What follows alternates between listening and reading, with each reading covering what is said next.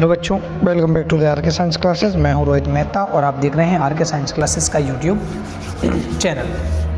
बच्चों, जैसा कि आपको पता है, आज हमारा 11th जो बायोलॉजी का पेपर हुआ है, 11th बायो का, और इस वीडियो में हम आपसे बात करने जा रहे हैं इसके सॉल्यूशन के बारे में। तो देखिए बच्चों, सबसे पहले हमारे पास यहाँ पर क्वेश्चन नंबर 1 जो है वो दिया गया है, और क्वेश्चन नंबर 1 सेक्शन ए में जो दिया गया है वो है हमारे पास ऑब्जेक्टिव क्वेश्चन। उसमें दिया है सोलेनम पौधा है, इसके बाद पिटूनिया है, दतूरा है, और ये जो पौधे हैं इनका हमसे कुल पूछा गया है। क्या पूछा गया है बच्चों?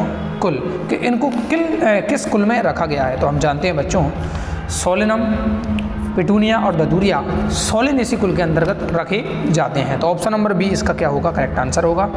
दूसरा पूछा गया है स्तंभीय बीजन न्यास जो है किस में पाया जाता है या का उदाहरण कौन है? तो बच्चों, गुड़हल, मटर, सूरजमुखी और दतूरा, 4 ऑप्शन आपके सामने हैं। इसका करेक्ट आंसर होगा बच्चों गुड़हल। गुड़हल ऐसा पौधा है जिसमें स्तंभीय बीजन न्यास पाया जाता है। क्वेश्चन नंबर 3 हमसे पूछा गया था बच्चों, मेंढक में रक्षात्मक रंग परिवर्तन की क्षमता को क्या कहते हैं? हम जानते हैं कि मेंढक जो है वो अपना कलर चेंज कर सकता है, रंग परिवर्तन कर सकता है। इसको हम क्या कहते हैं? क्या सहजीविता कहते हैं, शीत निष्क्रियता कहते हैं, ग्रीष्म निष्क्रियता कहते हैं, या अनुहरण? तो अनुहरण यानी मिमिक्री इसको कहा जाता है बच्चों। ऑप्शन नंबर ए इसका क्या हो जाएगा? करेक्ट आंसर हो जाएगा। क्वेश्चन नंबर 4 है आरएनए में पाई जाने वाली शर्करा कौन सी है? ग्लूकोज है, या फ्रक्टोज है, या राइबोसोम है, या डीऑक्सीराइबोज है? तो बच्चों जानते हैं आरएनए जो है उसमें राइबोज शर्करा पाई जाती है, जो डीएनए होता है उसमें डीऑक्सीराइबोज शर्करा पाई जाती है। तो इसका करेक्ट आंसर हो जाएगा बच्चों ऑप्शन नंबर सी, यानी कि राइबोज। क्वेश्चन नंबर 5 है संवहन मंडलों का छल्ले में उपस्थित होना या व्यवस्थित होना किसका गुण है? तो बच्चों हम जानते हैं पहली बात, ये द्विबीजपत्री तने का गुण है। तो ऑप्शन नंबर डी इसका करेक्ट आंसर होगा, द्विबीजपत्री तने का। क्वेश्चन नंबर 6 आपसे पूछा गया कोशिका चक्र की किस अवस्था में डीएनए प्रतिकृतिकरण होता है? तो बच्चों हम जानते हैं इंटरफेज में G1, S और G2 3 अवस्थाएं होती हैं। उसमें से जो S फेज है, S प्रावस्था है, जिसमें सिंथेसिस फेज कहा जाता है, जिसे इसमें डीएनए का संश्लेषण होता है। तो करेक्ट आंसर हो जाएगा बच्चों ऑप्शन नंबर ए, S प्रावस्था। आगे बच्चों हम चलते हैं, तो हमसे क्वेश्चन नंबर 7 में पूछा गया है प्रोटीन अगर क्रियाधार का जो काम करता है तो फिर श्वसन गुणांक जो है वो कितना होता है? 1, 0.9, 0.7, 0.5। तो बच्चों इसका करेक्ट आंसर हो जाएगा 0.9। जब प्रोटीन आरक्यू के रूप में काम करता है, मतलब श्वसन क्रियाधार के रूप में काम करता है, तो उसका आरक्यू जो आता है, रेस्पिरेटरी क्वोशिएंट जो आता है, वो आता है बच्चों 0.9। क्वेश्चन नंबर 8 है धूम्रपान के कारण होने वाला श्वसनीय विकार कौन सा है? तो एम्फीसीमा यानी कि वात स्फीति जो है बच्चों धूम्रपान के कारण होने वाला रोग है। इसके बाद रिक्त स्थानों की पूर्ति कीजिए में बच्चों क्वेश्चन नंबर 9 आपसे पूछा गया चमगादड़ है, चूहा है और मानव जो है वो स्तनधारी यानी कि मैमेलिया वर्ग में आते हैं। क्वेश्चन नंबर 10 है इनुलिन जो है किस शर्करा का बहुलक है? बच्चों इनुलिन जो होता है वो फ्रक्टोज शर्करा का बहुलक माना जाता है, फ्रक्टोज इसका राइट आंसर है। क्वेश्चन नंबर 11 है प्रोकैरियोटिक कोशिका के वृत्ताकार जीनोमिक डीएनए को क्या कहा जाता है? बच्चों प्लाज्मिड के नाम से जाना जाता है, प्लाज्मिड, जिसे हम भाग के रूप में यूज में लेते हैं 12th बायो में हमें, और 12th एग्रीकल्चर बायो में हमें पढ़ना है। 12वां क्वेश्चन आपसे पूछा गया बच्चों लेग्यूमिनेसी कुल में ध्वजीय यानी कि बैक्सिलरी प्रकार का पुष्पदल विन्यास पाया जाता है। बैक्सिलरी जो है वो या ध्वजीय जो है पुष्पदल विन्यास जो है वो पाया जाता है किसमें? लेग्यूमिनेसी कुल में। तो आंसर क्या है बच्चों? ध्वजीय या बैक्सिलरी। क्वेश्चन नंबर 13 आपसे पूछा गया था बच्चों अनिश्चित फल को परिभाषित कीजिए। अनिश्चित फल किसे कहते हैं? तो बच्चों अनिश्चित फल ऐसा फल होता है जो कि बिना निषेचन के तैयार होता है, यानी बिना निषेचन के निर्मित होने वाले या बनने वाले फलों को अनिश्चित फल के नाम से जाना जाता है, जिन्हें पार्थेनोकार्पिक फ्रूट कहते हैं, और इस क्रिया को अनिश्चित फलन के नाम से जाना जाता है बच्चों। अब अनिश्चित फल में हम किसको रख सकते हैं बच्चों? ऐसे फलों को रख सकते हैं जिनमें बीज नहीं पाए जाते हैं, जैसे कि संतरे को रख सकते हैं हम, केला आएगा इसमें, ठीक है बच्चों। इसके बाद अभ्रूणपोषी बीज के कोई 2 उदाहरण आपसे पूछे गए थे। कौन से बच्चों?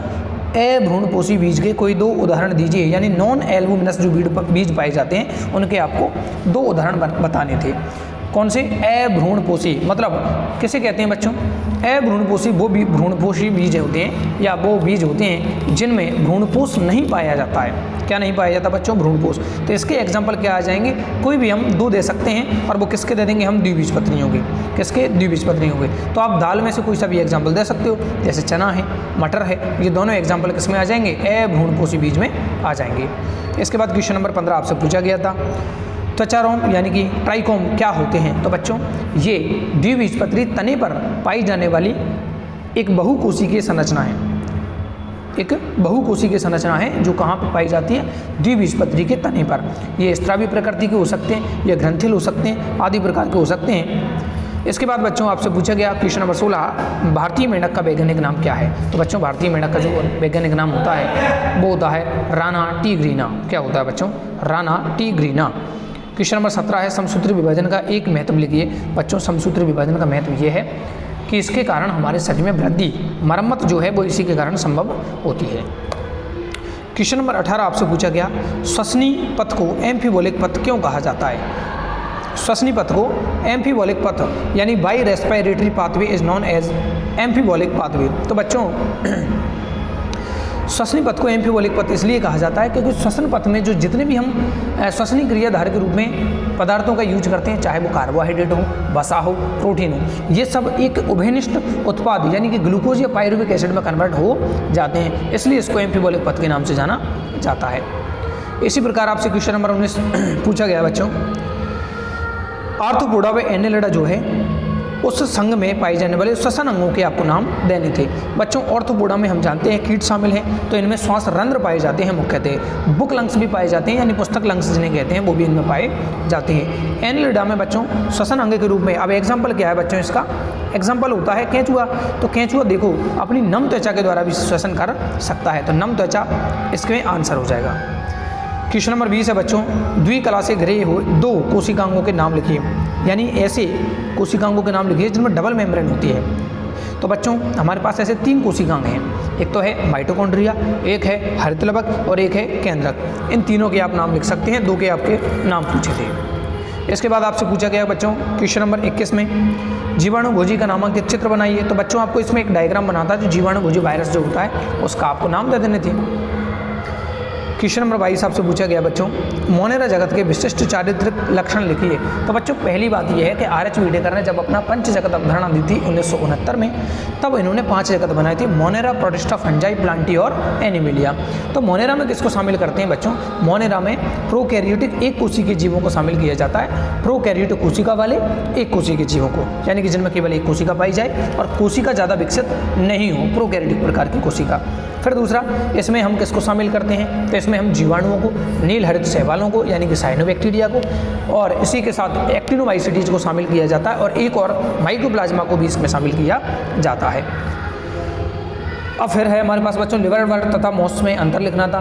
तो बच्चों लिवरवर्ट और जो मॉस है उनमें मुख्य अंतर क्या होता है? लिवरवर्ट नाम से ही पता चल रहा है इनकी संरचना जो है लिवरवर्ट यानी कि लिवर के यानी यकृत के समान पाई जाती है, और मॉस जो है इनमें प्रोटोनीमा तंतु यानी प्रथम तंतु का निर्माण पाया जाता है। और लिवरवर्ट जो है वो कमजोर पौधे माने जाते हैं, और जो मॉस हैं वो ब्रायोफाइटा के अंतर्गत थोड़े उच्च श्रेणी के पौधों को माना जाता है।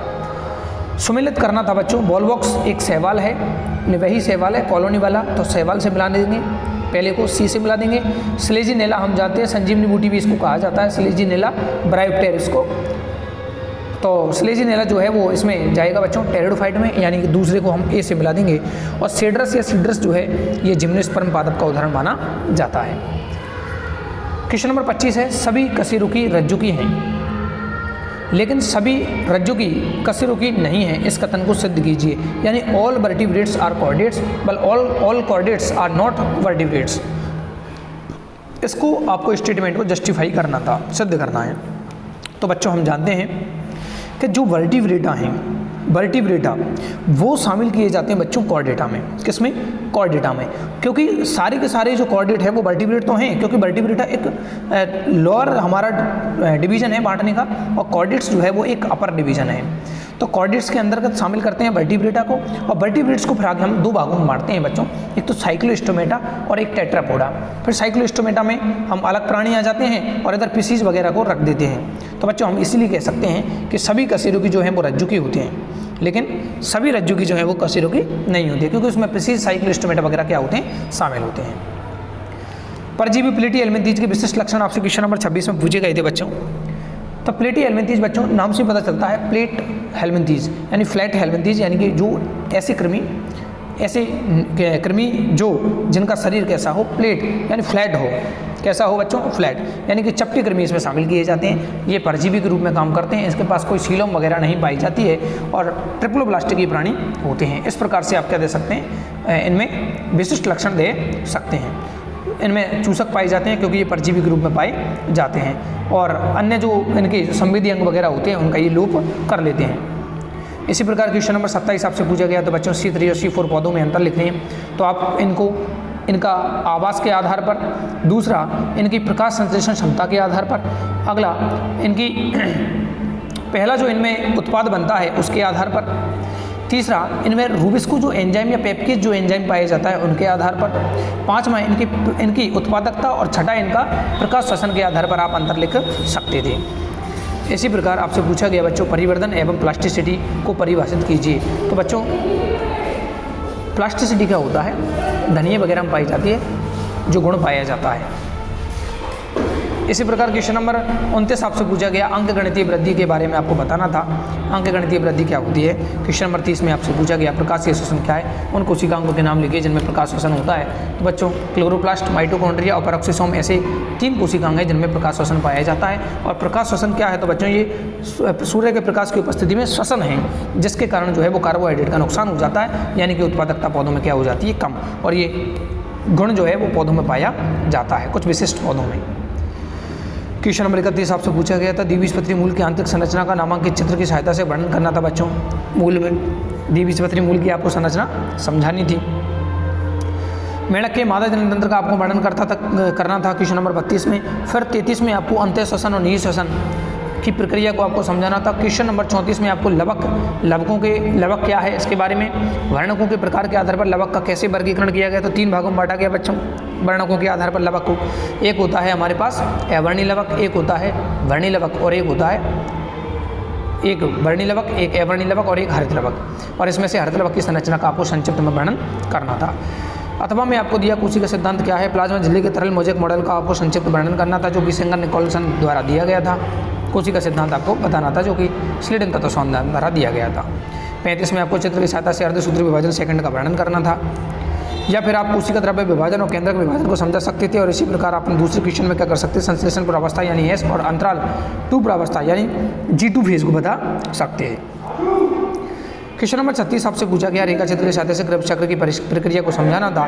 या फिर आपको ग्लाइकोलाइसिस के अंतिम उत्पाद का नाम लिखना है। यह कोशिका में कहाँ संपन्न होता है, माइटोकॉन्ड्रिया में या कोशिका द्रव्य में होता है। और ऑक्सीकारी फॉस्फोरिलीकरण के बारे में आपको बताना था। तो ये था बच्चों आप हमारा जो आज का 11th एग्रीकल्चर और बायोलॉजी का जो पेपर हुआ है उसके बारे में ये वीडियो था। मिलते हैं बच्चों अगली वीडियो में, तब तक के लिए जय हिंद, जय भारत, जय श्री राम।